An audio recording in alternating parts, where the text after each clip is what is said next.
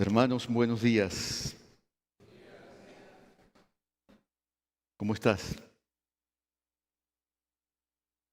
Súper. Qué bien.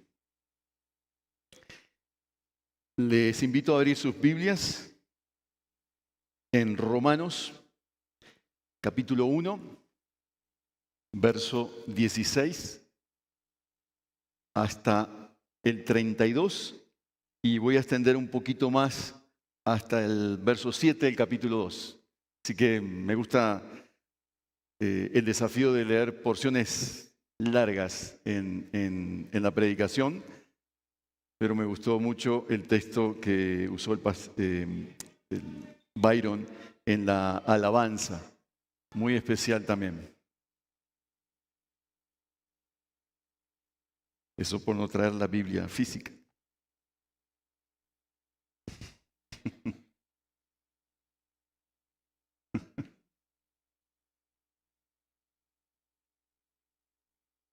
Estamos en tu presencia, Señor.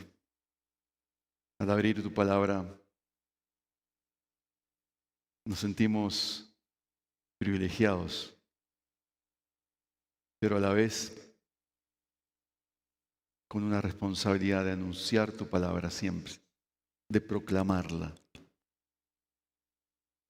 Por eso en Romanos 1, capítulo 1, verso 16 en adelante, dice la palabra del Señor: porque no me avergüenzo del Evangelio, pues es el poder de Dios para salvación de todo el que cree, del judío primeramente y también del griego. Porque en el Evangelio la justicia de Dios se revela por fe y para fe, como está escrito: mas el justo por la fe vivirá. Porque la ira de Dios se revela desde el cielo contra toda impiedad e injusticia de los hombres, que con injusticia restringen la verdad. Pero lo que se conoce acerca de Dios es evidente dentro de ellos, pues Dios se lo hizo evidente. Porque desde la creación del mundo, sus atributos invisibles, su eterno poder, divinidad, se han visto con toda claridad, siendo entendidos por medio de lo creado, de manera que ellos no tienen excusa. Pues aunque conocían a Dios, no lo honraron como a Dios, ni le dieron las gracias, sino que se hicieron vanos en sus razonamientos, y su necio corazón fue entenebrecido. Profesando ser sabios, se volvieron necios y cambiaron la gloria del Dios incorruptible por una imagen en forma de hombre corruptible, de ave, de cuadrúpedos y de reptiles. Por lo cual Dios los entregó a la impureza en la lujuria de sus corazones, de modo que deshonraron entre sí sus propios cuerpos, porque ellos cambiaron la verdad de Dios por la mentira y adoraron y sirvieron a la criatura en lugar del Creador, quien es bendito por los siglos. Amén. Por esta razón, Dios los entregó a pasiones degradantes, porque sus mujeres cambiaron la función natural por la que es contra la naturaleza. De la misma manera, también los hombres abandonaron el uso natural de la mujer y se encendieron en lujuria unos con otros, cometiendo hechos vergonzosos, hombres con hombres, y recibiendo en sí mismo el castigo correspondiente a su extravío. Y si como ellos no tuvieron a bien reconocer a Dios, Dios los entregó a una mente depravada para que hicieran las cosas que no convienen. Están llenos de toda injusticia, maldad, avaricia y malicia, llenos de envidia, homicidios, pleitos, engaños y malignidad. Son chismosos, detractores, aborrecedores de Dios, insolentes, soberbios, jactanciosos, inventores de lo malo, desobedientes a los padres, sin entendimiento, indignos de confianza, sin amor, despiadados. Ellos, aunque conocen el decreto de Dios que los que practican tales cosas son dignos de muerte, no solo las hacen, sino que también dan su aprobación a los que la practican. Por lo cual no tienes excusa, hombre, quien quiera que seas tú que juzgas, pues al juzgar al otro, a ti mismo te condenas, porque tú que juzgas practicas las mismas cosas. Y sabemos que el juicio de Dios justamente cae sobre los que practican tales cosas. ¿Y piensas esto, hombre, que tú que condenas a los que practican tales cosas y haces lo mismo, que escaparás del juicio de Dios? ¿O tienes en poco las riquezas de su bondad y tolerancia y paciencia, ignorando que la bondad de Dios te guía al arrepentimiento? pero por causa de tu terquedad y de tu corazón no arrepentido, estás acumulando ira para ti en el día de la ira y de la revelación del justo juicio de Dios.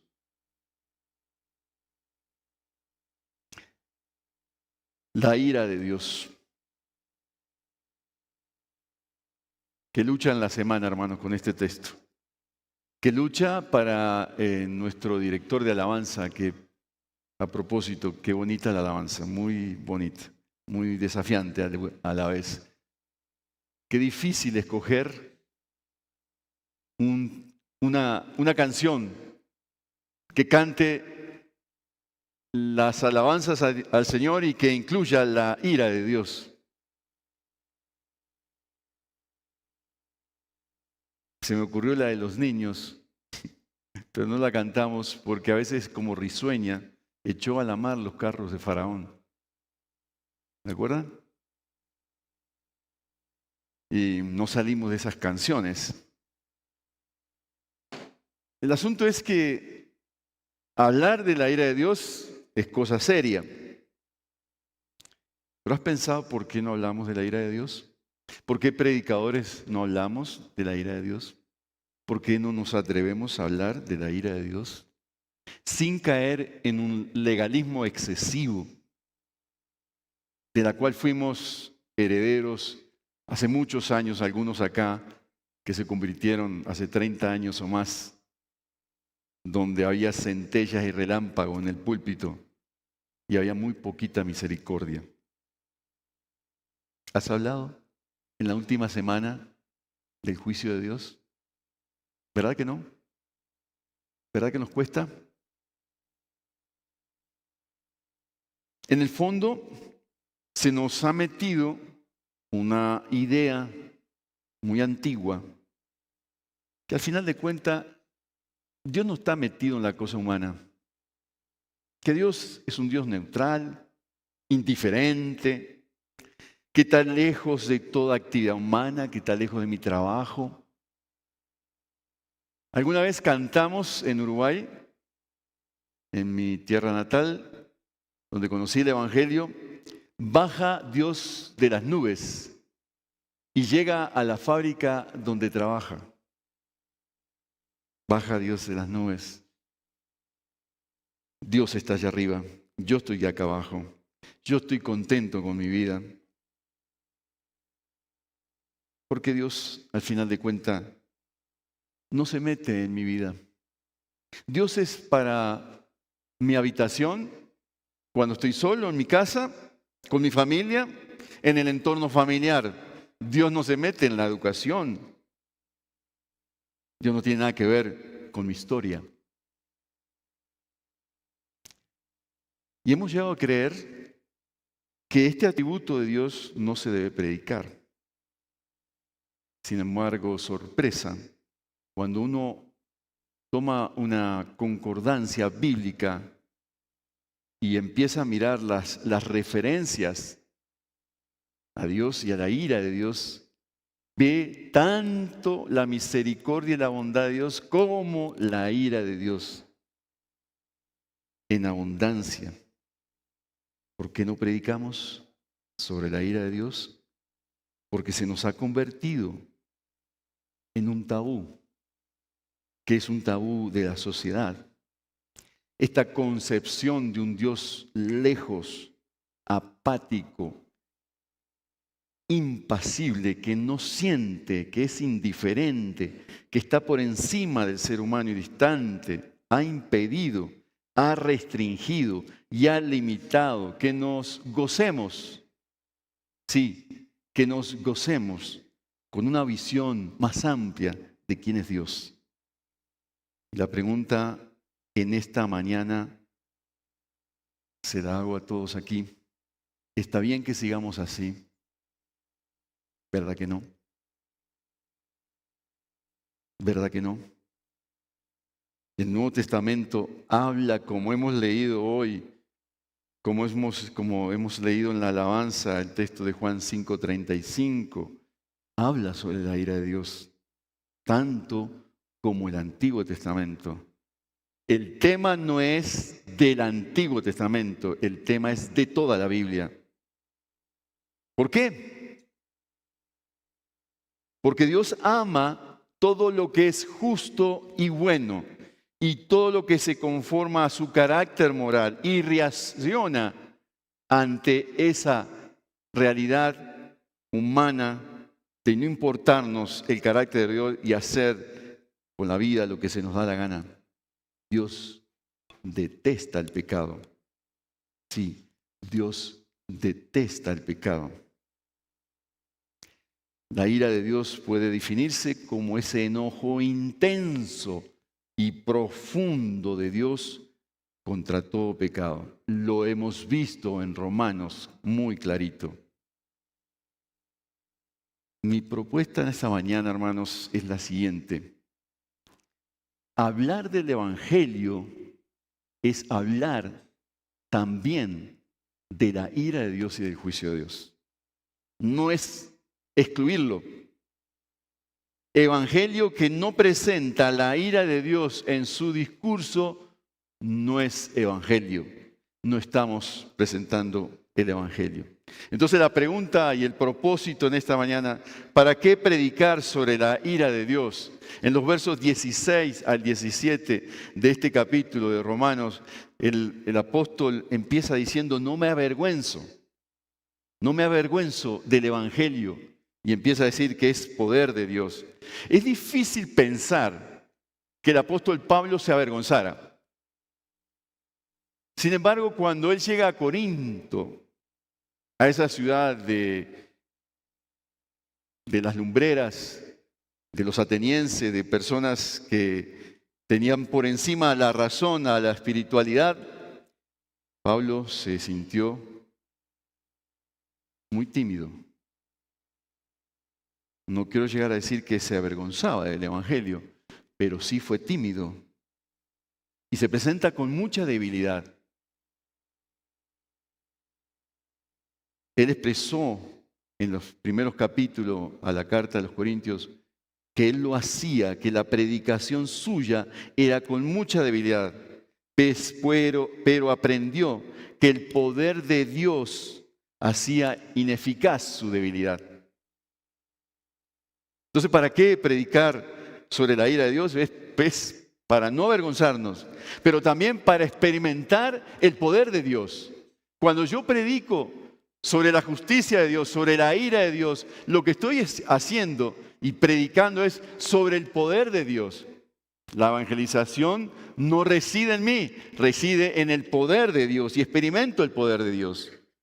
Y es justamente experimentar ese poder de Dios que Pablo pudo vencer la tentación de la vergüenza.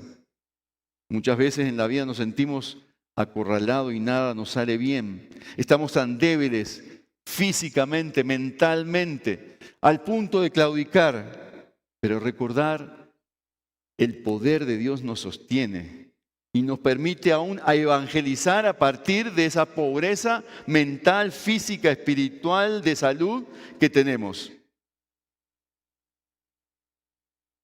¿No te parece que más de una vez en tu vida, cuando predicaste el Evangelio, desde esta limitación humana Dios se glorificó?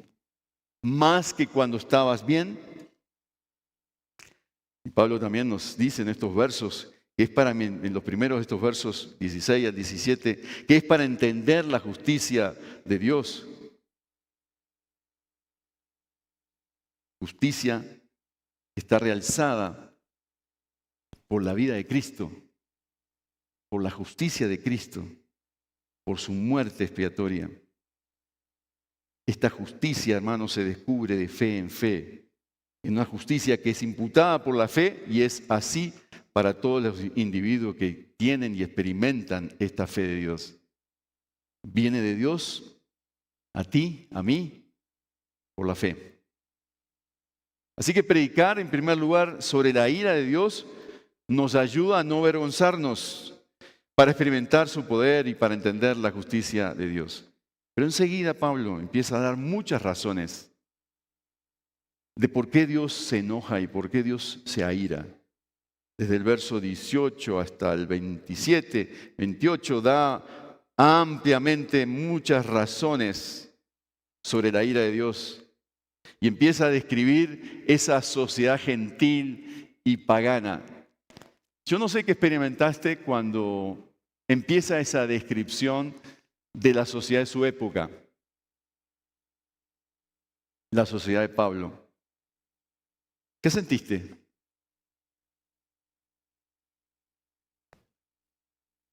Parece que fuera la descripción del diario dominical. Parece que fuera la descripción de un noticiero de hoy día. Parece que fuera la descripción de los anuncios de las noticias del mundo. Estamos tan mal. Parece que no queda nada en la descripción de Pablo. Es abundante la descripción. A mí me ha pasado, no sé a ti, pero cuando hablamos del pecado, las personas prácticamente dicen, yo me he portado más o menos bien. Y el más o menos bien está, bueno, he sido fiel en el hogar, algunas canitas por ahí, pero no gran cosa. Yo soy fiel a mi mujer, soy fiel con el mercado, yo no robo. Pero la descripción de Pablo es abrumadora. A veces pensamos que yo no he sido como ese guerrillero, yo no he sido como ese paramilitar. Pero aquí lo que presenta Pablo son pruebas en su contra, en contra de la realidad humana.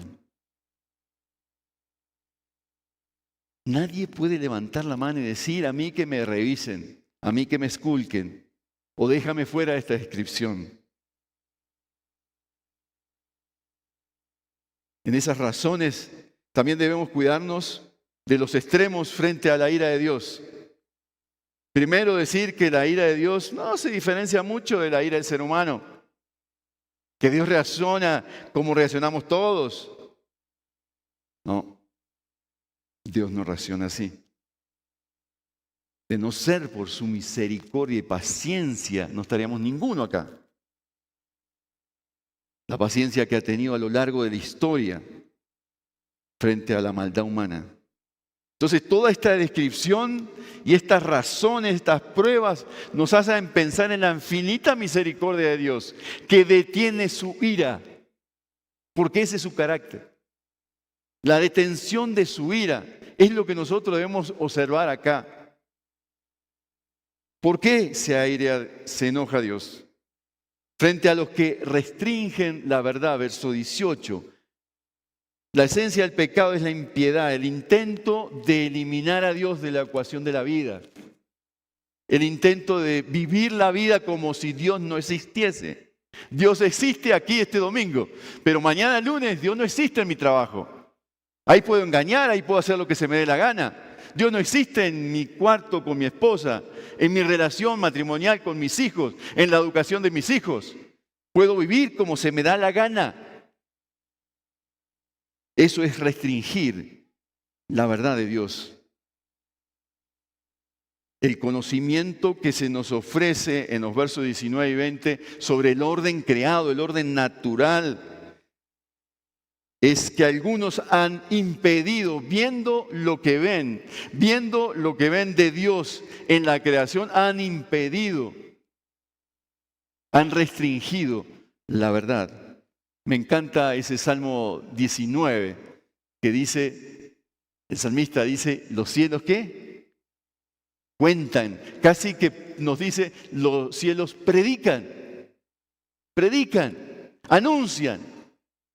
La convicción del salmista es anunciar la verdad de Dios, su poder, su divinidad. Evidentemente, la creación no nos va a decir dónde está el Salvador, pero sí nos dice quién es Dios, el poder de Dios. Casi como que podemos decir que esto es como un cuadro de Botero. Los cuadros de Botero inconfundibles, ¿no? Donde vayas en todo el mundo, los cuadros de Botero son inconfundibles por el volumen. Hablan de él, de quién era él. Asimismo, cuando nosotros salimos y vemos el mundo creado de Dios, decimos, aquí hay un diseñador, aquí hay un artista al cual nosotros necesitamos adorar y deleitarnos.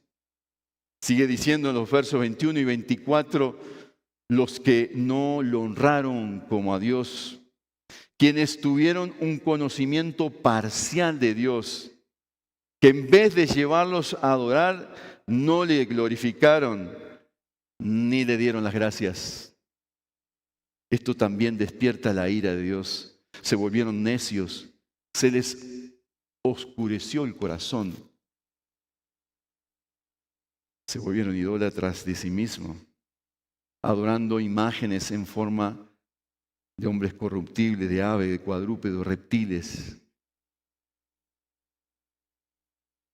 Para Occidente, para nosotros, en nuestra sociedad, la obsesión por el dinero, la riqueza, la fama de ser un youtuber, que es lo que más anhelan hoy muchos jóvenes. El poder es una necedad, es vacío, es una adoración que a Dios le repugna. El juicio de Dios, verso 24, fue entregarlos a los malos deseos de su corazón que conducen a la impureza sexual. La historia del mundo confirma que la idolatría lleva a la inmoralidad, especialmente sexual. Una falsa imagen de Dios conduce a un falso entendimiento del sexo.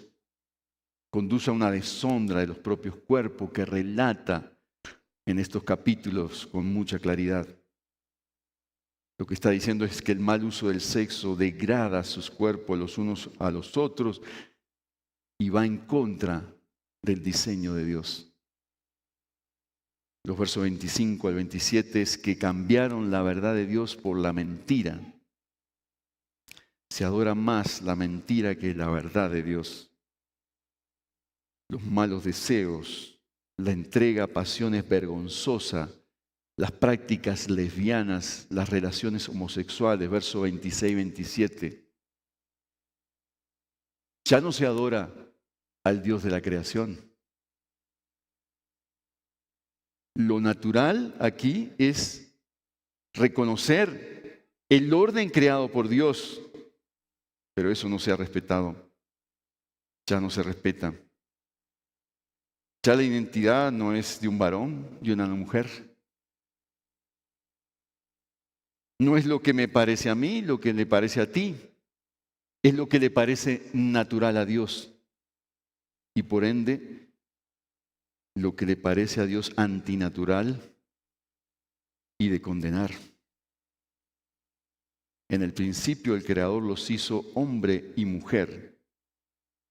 Y dijo eso y enseguida dice, dejará al hombre a su padre, a su madre y se unirá a su esposa. Y los dos llegarán a ser una sola carne. En tercer lugar, además del propósito del cual debemos conocer para qué predicar sobre la ira de Dios, las razones abundantes que hay acá. Hay un peligro, hermanos, que fue mi lucha en la semana. ¿Por qué es tan urgente e imprescindible que se presente el Evangelio en el marco de la ira de Dios? Verso 28 al 32, parece que se intensifica la denuncia de las pruebas de Dios hacia la humanidad. Vivimos en una sociedad, vaya noticia que estoy dando, una sociedad peligrosa que va al despeñadero. Papás aquí Qué bendición cuando encargan hijos, pero qué preocupación se nos invade. La humanidad va al despeñadero.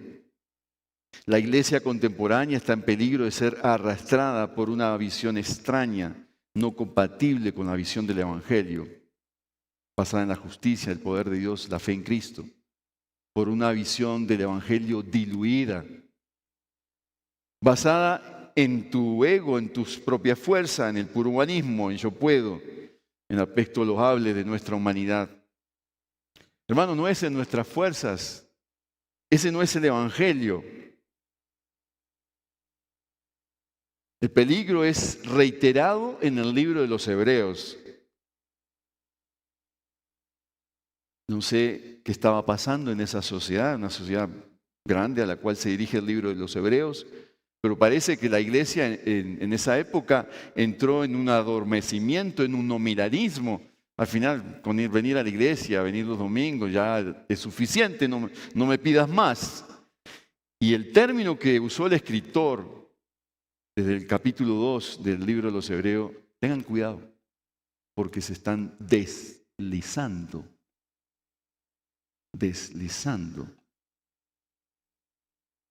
Al ver que la maldad humana se ha intensificado en nuestra sociedad, corremos el riesgo de deslizarnos. La consecuencia aquí de la maldad es una enorme tragedia y es una gran advertencia para nosotros, especialmente cuando vivimos como se nos da la gana.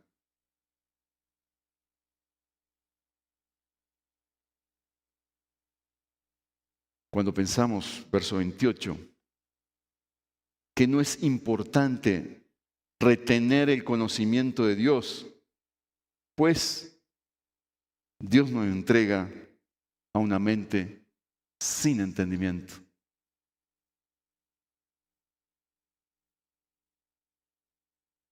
Queremos y anhelo que haya más hombres de ciencia en nuestra sociedad, pero que partan de la base del diseño de Dios, de la esperanza que tenemos en el Evangelio, y que más hombres de ciencia, como en la Edad Media se levantaron, aún en la era de la Ilustración se levantaron hombres de ciencia que hablaron de Dios, pero que entendieron la realidad humana. Su depravación los condujo a la inmoralidad y a toda una suerte de variedades de prácticas antisociales que se reseñan en cada maldad, perversidad, avaricia, depravaciones, relaciones quebrantadas, envidia, homicidio, disensiones, engaño, malicia, difamaciones, calumnias, chismes, calumnias, formas extremas de orgullo, ser enemigo de Dios, ser insolente, ser soberbio, ser arrogante, rebeldía a los padres. La lista termina con 4 expresiones negativas: insensatos, desleales, insensibles, despiadados. El verso 32 figura como una conclusión y nos prepara para lo que sigue en los últimos versos, en los versos siguientes del capítulo 2. Ellos, aunque conocen el decreto de Dios, que los que practican tales cosas son dignos de muerte, no solo las hacen, sino que también dan su aprobación a los que las practican. Por lo cual, no tenemos excusa, hermanos. Quien quiera que seas, que tú que juzgas, pues al juzgar al otro a ti mismo te condenas, porque tú que juzgas y practicas las mismas cosas, sabemos que el juicio de Dios justamente cae sobre los que practican tales cosas.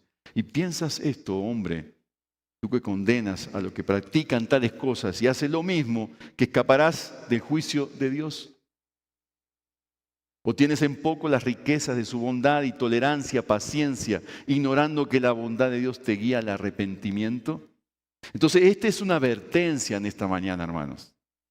Por eso es que no queremos hablar de la ira de Dios, porque queremos hacer oídos sordos a la verdad del Señor, que si seguimos tal cual, como si el Evangelio no nos trazara en el corazón, nos hablara el corazón, y seguimos practicando las tales cosas, tenemos el juicio de Dios encima. Pero por causa de tu terquedad y de tu corazón no arrepentido, estás acumulando ira para ti en el día de la ira y de la revelación del justo juicio de Dios. Aplicaciones, hermanos. Hermanos, yo creo que lo que hemos estado comunicando en estas predicaciones sobre los atributos de Dios es tener una mirada más amplia de Dios, que nos nutra, que nos anime a obedecer, nos estimule la obediencia, nos estimule la gratitud. Es a tener una visión más profunda de Dios. Es verdad, la sociedad descrita por Pablo no es mejor que la nuestra y hemos de corregir nuestra mirada de Dios y decir enfáticamente, Dios es un Dios de ira. Hace unos años estábamos organizando un retiro en una iglesia, el cual servimos con mi esposa, estábamos con el equipo organizador y estábamos mirando algunos temas por el cual predicar. Y le encargamos a uno de los obreros en esa época un tema que fue terrible para él. Era el amor. Trata de vincular el amor y la ira de Dios. El hermano sufrió demasiado y luchó con el tema, como lo hice yo esta semana. Y él empezó así la predicación, citando a un autor de un libro que usa una sátira para ayudarnos a entender qué debemos corregir de nuestra mirada a Dios. Y él dijo esto: permítame presentarle a Dios. Le aconsejo hablar suave mientras entramos. Puede que esté dormido en este momento. Mire que él está ya viejo, no entiende. Ni le gusta este mundo tan moderno. Su época de oro, de la que habla cuando está emocionado, fue hace mucho tiempo antes de que la mayoría de nosotros hubiera nacido. Se trata de aquellos tiempos cuando a la gente le importaba lo que él pensaba de las cosas y lo consideraban alguien muy importante en sus vidas. Claro, todo esto ha cambiado ya. Y el pobrecito Dios simplemente nunca se adaptó muy bien a esta época. La vida siguió su curso, lo dejó atrás. Ahora Dios pasa la mayoría de su tiempo en el jardín trasero. A veces voy allá a verlo y nos tomábamos nuestro tiempo caminando, hablando suave y cariñosamente entre las rosas. De todos modos, parece que mucha gente aún lo quiere, o al menos se las arregla para mantener su porcentaje de aprobación bastante alto. Le sorprendería cuánta gente se detiene a visitarlo y preguntarle cosas de vez en cuando. Pero a eso a él no le incomoda. Él está aquí para ayudar.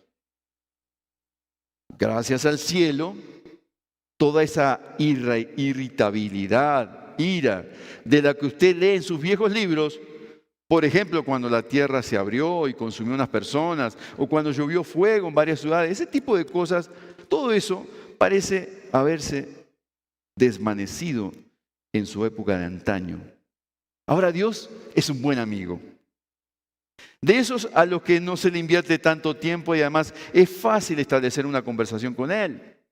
Especialmente desde que ya casi no habla y cuando lo hace para decirme mediante una señal extraña que está de acuerdo con lo que yo quiero hacer.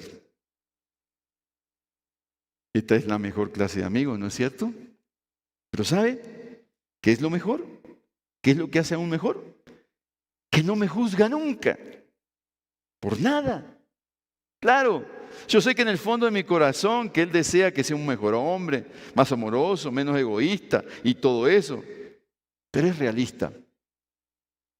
Él sabe que soy humano. Al final de cuentas nadie es perfecto Estoy totalmente seguro que nada de eso le molesta. Además, perdonar gente es parte de su trabajo, para eso está. Después de todo, Él es amor, ¿verdad? Y a mí me gusta pensar en el amor como que Él nunca va a juzgar, solo perdonar. Ese es el Dios que yo conozco. Y la verdad que no quiero ningún otro Dios así. ¿Está bien? Espere un momento. De acuerdo. Ahora sí podemos entrar. Y no se preocupe. No nos tenemos que quedar por mucho tiempo. De verdad. Él está agradecido por cada minuto que le damos.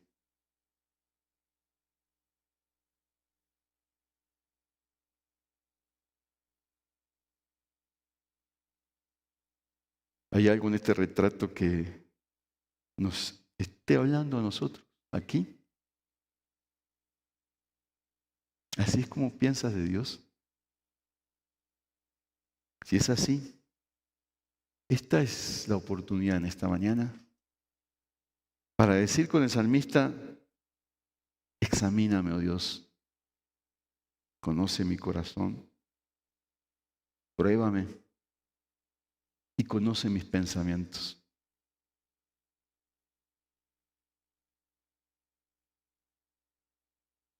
La invitación en esta mañana no es que salga de aquí dando golpes de pecho o a llorar, quizás, ¿sí?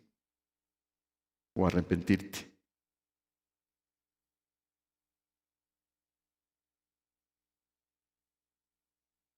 Tengo la convicción, hermanos, que la iglesia, nosotros, la humanidad, hemos abusado de la bondad de Dios.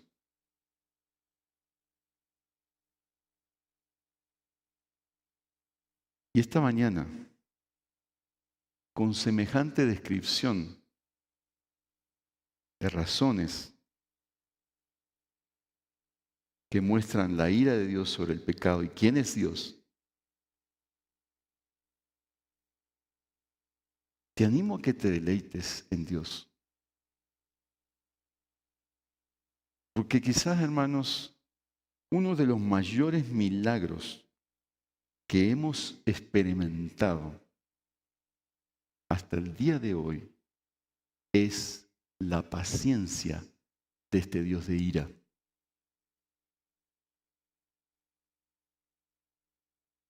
Sí, el Señor es lento para la ira, grande en amor. No sostiene para siempre su querella, ni guarda rencor eternamente. De hecho, la demora en la ejecución de su ira sobre el mal es su deseo de conducir a los seres humanos al arrepentimiento y a la cruz de Cristo y a conocer la gran bondad reflejada en Jesucristo, nuestro Señor amado, que se entregó por estos pecados. Así que, hermanos, cuando en esta semana pienses en la ira de Dios, ¿qué tal si das gracias? Porque esa ira está detenida en tu vida. Agradecerle a Dios por su paciencia, por la espera en ejecutar esa ira a fin de que más personas puedan salvarse.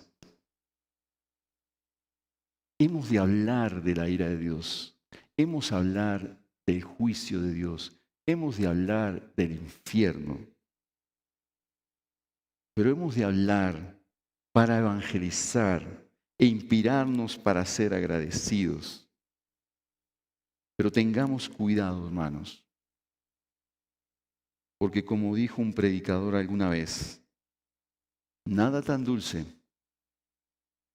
como la paciencia y la bondad de Dios, y nada tan terrible cuando su ira se enciende.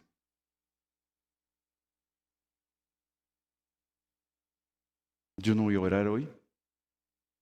Cada uno de nosotros va a orar al Señor en esta mañana.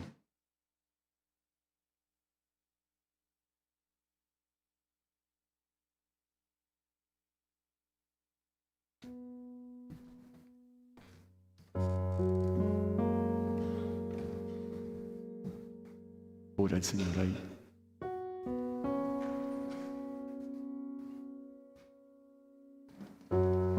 Agradece por su paciencia y su perdón, por su bondad infinita. Pídele que no sigas como vas. Detente, para.